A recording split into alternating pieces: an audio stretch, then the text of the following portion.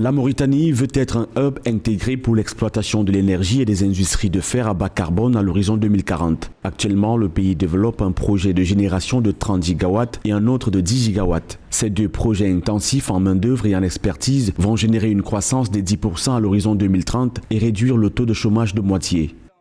Et la raison, c'est parce que ces industries sont extrêmement intensives en main-d'œuvre qualifiée, en expertise. Donc l'impact va directement aux citoyens. Alors que les industries rentières, gaz, minières, etc., il y a un impact sur les citoyens, mais il est limité. Le plus souvent, l'impact est un impact indirect, il transite par le budget. La Mauritanie figurera bientôt dans le groupe des pays exportateurs de pétrole et de gaz.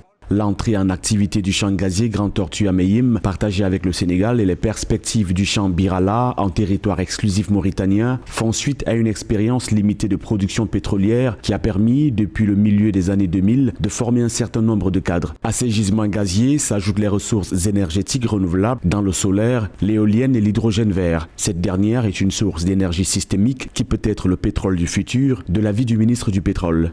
Notre ambition, c'est vraiment de développer l'ensemble de nos ressources énergétiques. Et nos ressources énergétiques, ce n'est pas que le gaz, heureusement, mais c'est aussi les énergies renouvelables.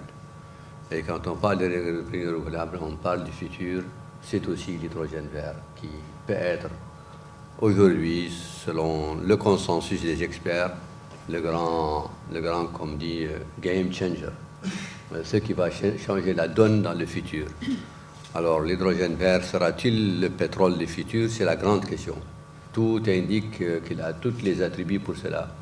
Outre l'énergie, la Mauritanie mise sur son gisement de fer avec une capacité d'exportation de 12 millions de tonnes en minerais par an. Le défi du changement climatique en exportant de l'hydrogène et de l'ammoniac vert, ce qui contribuera à réduire l'empreinte carbone à la fois des pays destinataires et de celle, très faible en ce moment, de la Mauritanie.